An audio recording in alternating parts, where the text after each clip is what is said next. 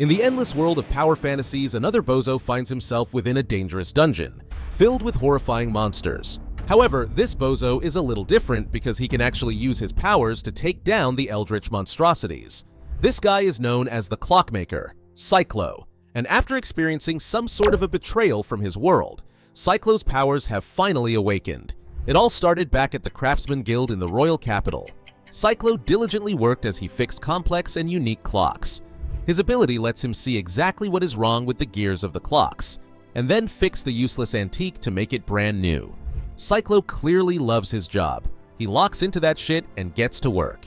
Even when someone calls to him, Cyclo wants to ignore them. The clock Cyclo is working on right now is one that he has never seen before. His excitement is a little disturbing, but I guess it's good to be passionate about your work. Since the clock is very delicate, Cyclo decides to freeze it in time. Even his friend notes that this clock was a pain in the ass to work on, and this is why they passed it on Cyclo since he is a genius with clocks. Cyclo remains a humble king, and later on meets up with the guildmaster of the Craftsman's Guild to discuss his work as the clockmaker. However, this talk is not about Cyclo's deserved promotion. In fact, the greedy guildmaster tells him that he is fired. Cyclo's soul leaves his body. He is beyond shock. He didn't do anything wrong, and he tries to reason with his fat boss. Cyclo recently got praised for his work with a unique clock. So why is this happening to him? The guildmaster is promoting his son for the position, and he wants his nepo baby to do well. This is why Cyclo must be fired. The guildmaster does not want to hear from Cyclo. He tells the boy that he is only good at repairing clocks, which is useless. And then Cyclo is kicked out on the curb like yesterday's trash. Cyclo just lost the only place he has known for a long while. Now he has a vast city ahead of him and nowhere to go. He is completely alone out on the streets. Cyclo recalls how when he was a child, he loved making all sorts of gadgets. His mother was his first admirer, and some guy even offered to get his daughter married to Cyclo. Everyone is impressed by him, but over time, things just got bad. Cyclo continues recalling memories. Ad remembers his adventures with Alice and his friend Maria as they rush through the city. Just then, Maria starts talking about her future child with Cyclo, which is just completely out of pocket. And like a normal human being, Cyclo feels embarrassed by Maria's words. Alice, who is Cyclo's sister, is also listening in on them and is slightly annoyed by their conversation. She then grabs Cyclo and pulls him to see something exciting. The trio are gathered to witness the skill selection ceremony. Just like any other respectable fantasy world, this one also has some nonsense ceremony that takes place when a person turns 16. A huge line of teenagers is already waiting to get sorted. Cyclo and the rest look around and are impressed by the crowd. The ceremony is a simple one. You just have to pray in front of a crystal and then words appear which assign you a role. Maria decides to go first and Cyclo wishes her good luck. Maria prays in front of the crystal and a huge light explodes. The onlookers are astonished because Maria is labeled as a saint. This seems to be a pretty big deal. Everyone gathers around Maria because getting a saint classification is rare, and one hasn't appeared in decades. Cyclo explains that people usually have general skills or profession skills. Profession skills tend to be the rarer ones. And once someone is given a profession skill, they have no choice but to go into that field. Now that Maria has been labeled a saint, her fate is sealed. But Cyclo is worried about his own skill and is afraid to go up. Alice notices his worry and decides to go next so that Cyclo feels better, even though she makes sure to let him know that her actions are in no way an indication of her care towards Cyclo. Cyclo simply encourages Alice and tells her to stop yapping and go ahead. Alice steps forward and thinks about Maria and Cyclo. She clearly has strong feelings about those two. And with that in mind, Alice prays in front of the crystal and another flash of light hits the audience. As it turns out, Alice also receives a high rank and is labeled as a sage. Everyone around her freaks out, because this is the highest ability in the magician category. Cyclo is now sweating balls because two of his friends are overachievers, and he will look like a complete loser if he turns out to be something lame. Cyclo's turn finally arrives and he steps forward to get appraised. Cyclo hopes for something special as well, and when he checks the crystal, a huge light emits everywhere. This light feels even more unusual, and both Maria and Alice are now worried. For a moment, Cyclo is suspended in a strange place where a voice calls out to him. This voice wants to know why Cyclo wants special powers as well, and Cyclo recalls his friends and family. Cyclo makes the very boring and anime-pilled declaration that he wants to make everyone happy, and the voice seems to be happy with that answer. When he comes back from the dream, Cyclo is confused, but more curious to know what his skill is, and all the excitement dies down when the crystal labels him as a clockmaker. Apparently, this is a skill that no one has heard of. And Cyclo is surprised by the appearance of this new title. Everyone talks about Cyclo's lame skill, and the church official explains that the clockmaker skill refers to the caretaker of the clock tower in town. This job has never been confirmed before. Still, people are disappointed because the glow was so extraordinary and the skill itself turned out to be a failure. Cyclo's turn is now over and he is shoved away. Now that Cyclo basically has a peasant job, his marriage to Maria is cancelled. As a saint, she can't marry a low-life loser, and Cyclo promises to become the very best and come back to her someday. Maria promises to wait as well. Meanwhile, Alice has landed a big job at the Adventurers Guild as well, and now she must leave home. But Cyclo is still willing to help out Alice if things get tough. Alice leaves Cyclo by saying something rude, and now the boy has to do his best to make sure that he does not fall behind. Cyclo managed to get a job at the Craftsman's Guild where the guildmaster hates him. But the work Cyclo does for the clients brings him a lot of praise, and Cyclo is glad to at least have some semblance of normalcy in his life. The job of a clockmaker is as straightforward as it sounds, along with the ability to appraise watches without touching them. Cyclo can now also store clock parts in space, and create watches that can disappear over time. He can even detect the location of people with a watch, but this ability is not looking like a moneymaker, and while his friends have gone ahead, Cyclo has been left in the boring world of clocks. Cyclo's life in a clock is not really doing his depression any favors, and even a dramatic moment in the rain cannot help him get over his frustration. As Cyclo walks back from his old job as a clockmaker, he hears the news of a serial rapist going around, and wonders why people do such things. While walking, Cyclo fails to notice a shady-looking guy, and then he returns home soaking wet. When Cyclo enters, Miranda, his next-door neighbor, greets the boy and fusses over his current condition. Miranda offers to dry off Cyclo's clothes, and then she brings him a hot beverage. Apparently, Miranda used to take care of Cyclo and Alice when they were young, and now she looks after Cyclo as a mother. Miranda can notice that something is wrong with Cyclo, and asks him whether he got into a fight. But Cyclo just shrugs her off, and tells Miranda that he is fine. Miranda, the ever-optimist, tells Cyclo that he is sure to find his true purpose in life, which makes Cyclo cry like a baby. Miranda then notes that the herbal tea she has given Cyclo tastes a bit salty, but Cyclo does not seem to mind. The following day, Cyclo steps out. He is feeling much better, and now he is on the quest to find a new job. However, it won't be easy without a letter of introduction from the guild. While walking, Cyclo detects two men at the end of the street, and they seem to be talking about doing something disgusting. Cyclo overhears the men talking about breaking into a pharmacy on the street, and then assaulting the owner of the place. This is exactly the type of shit Cyclo wanted to avoid first thing in the morning. The men continue plotting, and Cyclo realizes that they are planning the attack on Miranda. As soon as Cyclo tries to jump the offenders, the police officer turns to him with a smile. Cyclo falls down in a nervous wreck, and tries to bring up everything he overheard, but the officer brushes it off and gaslights Cyclo into thinking that he was wrong. The officer then questions what Cyclo is doing, which makes the boy even more nervous. Cyclo makes a smart decision and ditches the street. The police officer and the other man do not run after him. Cyclo then heads straight for the police station where he tries to file a report. Even though he is not taken seriously, a record of his words is still taken down. Still, the police start questioning Cyclo, and they want to know about his profession, but Cyclo can only reply with a relatable answer. He tells the officers that he is unemployed. This rouses some suspicion in the men, and they wonder how someone with a skill could be left unemployed. Cyclo has a feeling that the tables are being turned on him, but he tells the guards to stay vigilant and leaves the place. Even though the justice system has failed Cyclo, he is determined to confront the bad guys on his own and create a scene. Even without a job, he can still be useful. After some time, Cyclo detects the presence of the police officer from before, and he quickly rushes to stop the man as he tries to enter the pharmacy. Cyclo tackles the officer from behind, and then starts shouting, trying to get the attention of the rest of the residents. But the evil guy has his own plan in mind. The police officer starts to grab onto Cyclo and pretends to capture him. The commotion causes Miranda to come out, and the officer tells her that Cyclo is the serial rapist. This completely shocks Cyclo. Miranda is horrified to learn this. As Cyclo struggles, he wants to clear up the confusion, but it seems to be useless.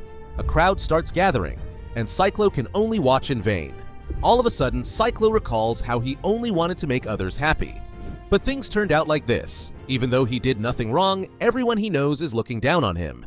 And soon, during a trial, Cyclo hears that he has been exiled as a criminal slave. And this is the true start of Cyclo's journey as a hero who changed the world. When Cyclo's trial began, he tried to defend himself, and argued that there was no proof that he was the criminal, but that does not seem to be the case. The officer who accused Cyclo shows up to present evidence, and Cyclo is shocked to see his stupid face. Cyclo tries to once again make everyone see that the officer is the criminal, but it is of no use. The police officer's real name is Bujin, and he apparently belongs to a noble family as well. He lays the entire blame on Cyclo, and how he assaulted the rest of the women as well, and gave money to local thugs to keep the area clear. Cyclo can only watch in anger as his target blames him for everything. Meanwhile, the people are all believing the lies, including Miranda. Cyclo knows that the crowd that has gathered will not believe the truth at all. Meanwhile, the officer keeps on yapping. Maria is present at the trial too with the hero of the town. People are shocked to see her there. And so is Cyclo because Maria looks like she does not believe in Cyclo at all. The hero tells Maria that it's alright and everyone fawns over their interaction.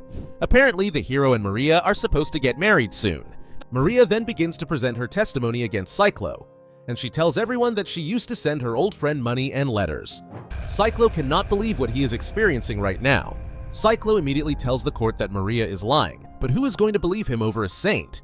The officer tells Cyclo to quiet down and brings out the man he was working with. The thug also lies and tells everyone that Cyclo gave him money. Maria tries to act reasonable, but she is casually destroying her friend's life, and Cyclo cannot do anything about it. Maria does a complete 180 towards Cyclo and shoves him under the bus. Cyclo cannot believe it and rushes towards her, but he is stopped by the hero. Cyclo has a full meltdown over no one believing him. He tries to get Miranda to testify in his favor, but she turns away. Everyone has failed Cyclo completely. For the first time, Cyclo realizes that due to his low rank, no one is going to believe him. They have no reason to even listen to his sorry ass. After hearing his final verdict, Bujin thanks Cyclo for taking the fall for him and truly shows his real face. But Bujin has failed to realize the mistake that he is an NPC in the world of the true hero. And soon, Cyclo is going to deliver his justice punishment. Bujin only gives a creepy grin and places Cyclo in a cell. Meanwhile, in another room, girls are surrounding the hero called Lord Raven. He seems to be quite popular with the ladies, and they all freak out even more when they see Bujin and Raven together. It seems like no one is aware of the truth behind these pathetic men. After the girls leave, Bujin and Raven discuss their master plan and how they managed to get rid of Cyclo. Apparently, even Maria was fed lies by the church, and now Raven fully intends on taking advantage of her as well. The two high-standing men are just vile and vicious, but no one knows their truth, and they plan to violate women for their own amusement. Meanwhile, Cyclo is transferred from his cell to another place. Cyclo, who is now completely crestfallen, is taken to the north of the kingdom. This is the place where the worst dungeon also resides, and no one has been able to clear the depths of this dungeon. But this part of the kingdom thrives on adventurers who arrive to defeat monsters, and the merchants who sell their wares. This is going to be Cyclo's new home from now on. He is going to be worked to the bone along with the rest of the dangerous criminals. Cyclo has resigned to his fate and no longer cares where he ends up. The guildmaster of this place, a man known as Guan, tells Cyclo that he heard a lot about him from Alice. For a moment, Cyclo believes that maybe Alice put in a good word for him as his younger sister. But that is not the case. Alice told Guan that Cyclo is useless and incompetent. In fact, Alice has been talking behind Cyclo's back this entire time, and he cannot believe that his own sister would betray him like this. Guan does not plan on going easy on Cyclo and immediately puts him to work. The other criminals make fun of Cyclo for being weak, and the work is too hard. With the extra yapping from the others added on, Cyclo is not in a good place. He even gets beaten up, and does not eat his food at night. Over time, Cyclo loses his spirit entirely, and can only answer by saying yes. He looks and sounds drained of life. Even though he does not complain, the other criminals still beat him up. And now, Cyclo is sure he will die like a discarded washcloth. Cyclo now faces the deep entrance of the dangerous dungeon. The adventurers he is working for keep mocking him, and are not satisfied by the weak look on his face. But Cyclo does not care about the dungeon or its entrance. All of a sudden, Cyclo sees the ugly face of Bujin mocking him, and he gets a jump scare. This vision causes Cyclo to become violent, and he wants to run away from this place. But the adventurers hold on to him and then push the poor boy. Cyclo gets thrown into the deep opening of the dungeon and he falls into the abyss. The dungeon is cavernous and Cyclo is barely alive, Even though the place looks really deep, Cyclo is glad that he is still somehow alive. Cyclo realizes that his death wish was only a fluke and he really wants to live. It seems like a spider web broke his fall, and he could gently fall to the ground. Now Cyclo has to figure out what to do next. Cyclo uses his powers to note that he has been gone for half a day. He also has some water which could keep him alive. Cyclo then wonders if there are monsters in such a place. But all of a sudden he feels something drop on his head, and he looks up to find something strange. The most twisted and horrifying monster known to mankind is sitting on the top, munching on some sort of blood and flesh. Cyclo is terrified to see this monstrosity. The monster takes note of Cyclo, and the boy realizes that this thing was eating a much bigger monster. The beast starts crawling down the cliff, and Cyclo decides he has to get out of there quickly. But it is already too late, since the monster's surveillance unit has already tracked him down. Cyclo runs for his life as the monster chases him, but he falls down, and all Cyclo can do now is panic. Cyclo finds a small opening and tries to squeeze through. It is just big enough to let him enter, and he seems to be safe for now. But Cyclo sees a bright light ahead and he thinks he has finally made it out, only to be met with utter disbelief and hopelessness since it's a dead end. Now Cyclo waits in the small crawl space. 5 days have passed, and the monster is still waiting outside. Cyclo is now completely weak and malnourished. All he can do is think about his mother's cooking. Cyclo then sees a hallucination of Alice and Maria playfully telling him to come out of the small space, but the illusion quickly turns into the two girls mocking him, and Cyclo snaps out of it. He is angry at himself for letting such disgraceful people trick him. Cyclo then sees a small lizard on the floor, and he just grabs onto it and starts munching on the lizard. Cyclo eats the whole thing but leaves out the tail. Cyclo experiences post-lizard clarity and starts reflecting how he is just like the lizard. Everyone thinks he is a nuisance, and he is also unable to protect himself. Cyclo once again recalls how people called his skill useless, and how the guildmaster kicked him out. The faces of all of his enemies, from Bujin to Maria and even Raven, flash before his eyes. But revenge is also the best motivation, and Cyclo is all charged up to survive no matter what. Cyclo's powers release some sort of a huge light. This light is seen across the kingdom, and even Guan takes note of it. It seems like Cyclo has finally awakened his true powers. He looks at the light in his hands, and tries to figure out what's happening to him. Cyclo's incredible powers have completely changed him. He no longer feels hungry, and the wound on his hand has also healed. He does not look malnourished either. Cyclo takes full advantage of these powers to return back to safety. Cyclo uses time stop powers on himself to preserve his current state. His stamina is also overflowing, and now he can survive only on water without actually dying. Cyclo can now think about how to defeat the monster that is blocking his way out. He fully intends on using his powers to escape this godforsaken place. Before, Cyclo could only use his powers on mechanical watches, but now that his skill proficiency has increased, he can manipulate anything that has a time-related name. Cyclo begins his training arc in this small space. He first learns how to create a clock from sand and stone. He then fully learns the function of such a clock, and infuses the water and sand with his powers. Cyclo also learns how to create a sundial using his own energy. The sundial is pretty big, but in order to make it bigger, Cyclo has to start physical training as well. And just like that, a month passes as Cyclo continues his training. Over time, Cyclo focuses more on generating and controlling different types of clocks, but he still needs to work on his focus and his abilities. Finally, Cyclo manages to control the several clocks with ease, but this is just the first step. Now he has to apply this ability in battle. Cyclo's training arc culminates with him writing all of his research and findings on the walls of the small space. He has to make sure that the clocks function perfectly during a battle. Otherwise, it could cause him a problem. Cyclo keeps on doing his research, and he feels like a kid again. But this time he is also fueled by the raging desire for his enemy's blood. And that is a far better motivator. Cyclo is fully locked in when it comes to developing his new skills, and getting revenge from Bujin and the others. 2 months pass with Cyclo still training in the cave. His skills are a lot more perfect now, and he seems ready to take on the monster that has been stalking him for such a long time. Cyclo uses his newfound abilities to make a sense of the space outside. He can detect several weird monsters in the dungeon, and Cyclo also manages to find the monster hunting him. His research on water, sand, and light allows him to make note of his target's position and movement. Without ever leaving his own space, Cyclo can understand the structure of the cave. The monster is right outside of Cyclo's cave, and as soon as Cyclo leaves, he realizes a huge opening in front of him. Cyclo starts freaking out when he sees this, and the monster comes rushing at him as well. Cyclo now has to face the full form of this Demogorgon on steroids. This thing has been chipping away at the rock without Cyclo knowing, and now the monster has an advantage. Cyclo's legs start shaking, but he pulls himself together. He immediately deploys his clock powers, and barely manages to escape an attack from the monster's tendrils with eyes on them. Cyclo realizes that he needs to get rid of the eyes, and he starts cooking up a plan. Cyclo uses his hourglass ability to shoot out at sand at high speed. This cuts the tendrils in half, and Cyclo is glad to see that his powers worked, but the monster begins to wail out in a creepy manner, and Cyclo becomes terrified of it. The monster freaks out and starts throwing punches, which Cyclo barely manages to escape. Cyclo notices that all of the commotion has blocked the exit. He is in a desperate situation now and is on the verge of giving up. But then Cyclo notices something. The monster has stopped attacking. It seems like the total darkness in the cave has made it difficult for the beast to detect Cyclo. This gives the boy the perfect advantage, and he uses his powers to detect where the monster is positioned. Once Cyclo has confirmed this, he is ready to deliver the final blow. The monster is enveloped in a huge display of light and debris.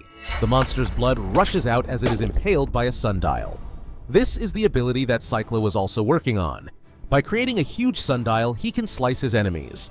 But Cyclo still wonders if he truly succeeded, and he uses his powers to sense whether the monster's life force has truly stopped. Cyclo can finally allow himself to cry because he actually managed to defeat the monster. He cries out in elation as he celebrates this victory. Cyclo's skills were not useless after all, and now he feels even more power flowing through him. It seems like he has leveled up by absorbing the souls of the monsters he defeats. Cyclo has never felt more powerful in his life. Cyclo has also unlocked his Maniac arc, and he intends on killing more monsters to become stronger, because his main focus is on his sweet revenge. That has been driving him this entire time. The sweet, innocent Cyclo is now no more. Instead, he has fully embraced the power-scaling life. You know the MC has gone insane when he decides to stay back and kill all the monsters, instead of just escaping the place where he was rotting. And this is exactly what Cyclo is doing right now. He is ready to turn this dungeon into a graveyard. With his powers, Cyclo cuts down the monsters left and right. He can unleash high-speed water blades which take down the enemies in an instant. The monsters try to fight back, but this is just Cyclo's playground now. He has gotten much stronger and faster, and the monsters which scared him before are now being cut down like cake. Cyclo can even create a shield from his water clock, and a sword from the sundial. This is just another part of his skill which allows him to create anything from materials that he is familiar with. With a sword in hand, Cyclo slices down monsters on his own. He is basically surrounded by dying beasts, and each kill allows him to level up further. Cyclo can feel the power surging through him, but as Cyclo is celebrating his level increase, another big baddie shows up behind him. The monster thinks he ate that shit, but Cyclo is not even bothered. He is excited to take the boss down for his own gains. Cyclo barely manages to dodge the attacks from the boss, and then he uses his same old move to cut down this thing as well. But as the water blades rush towards the monster, it blocks the attack by using his tendrils. Cyclo is surprised by the level of intelligence in this one, but he still does not seem too worried by it. Cyclo pulls out his sword, but the monster has him trapped. The thing uses its tendrils to dig a hole in the ground. Cyclo is amazed and horrified to see this. The shield that he deployed is barely helping him now, and it looks like the end of Cyclo's reign of terror. But Cyclo was just trying to prank the audience into thinking he had failed. In reality, he had this shit figured out, and he generates a powerful water bubble to protect himself. Cyclo can still sense the monster, and he uses his powers to create the biggest sundial as payback. Cyclo's creation smashes right on top of the big boss of the dungeon. With the creature subdued, Cyclo is able to finally walk free from this place. The roles have finally reversed, and he can escape without fear. But before leaving, Cyclo uses his powers one last time to detect any nearby monsters. He does not want to let any of them escape his wrath. Now that the battle is truly over, Cyclo makes use of his clock storage to pick up all of the rare items he collected. He also pours himself a drink of water, and uses an energy cube from his storage to restore his own stamina. Once Cyclo is done with the looting and relaxing, he heads off to escape from the cave. But on the way, he finds some beautiful looking flowers. And although they have withered, Cyclo is surprised to see something so pretty in such an ugly place. Cyclo uses his time manipulation to bring the flowers back to life. This is the first time in days he has seen something truly beautiful, and he is glad to leave the dungeon like that. Cyclo makes his way through the dungeon, and finally finds the stairs that lead towards the exit. Now, all he has to do is keep climbing up to break free. As Cyclo makes this journey, on the way he comes across even more monsters and obstacles. He fights through everything. He also takes a break, and then sets off again. But instead of finding the open sky, Cyclo finds himself in a strange circular arena.